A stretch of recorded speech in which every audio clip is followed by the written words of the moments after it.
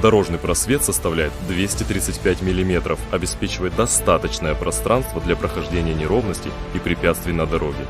Размеры тягача включают длину 7100 мм, ширину 2300 мм и высоту 3396 мм.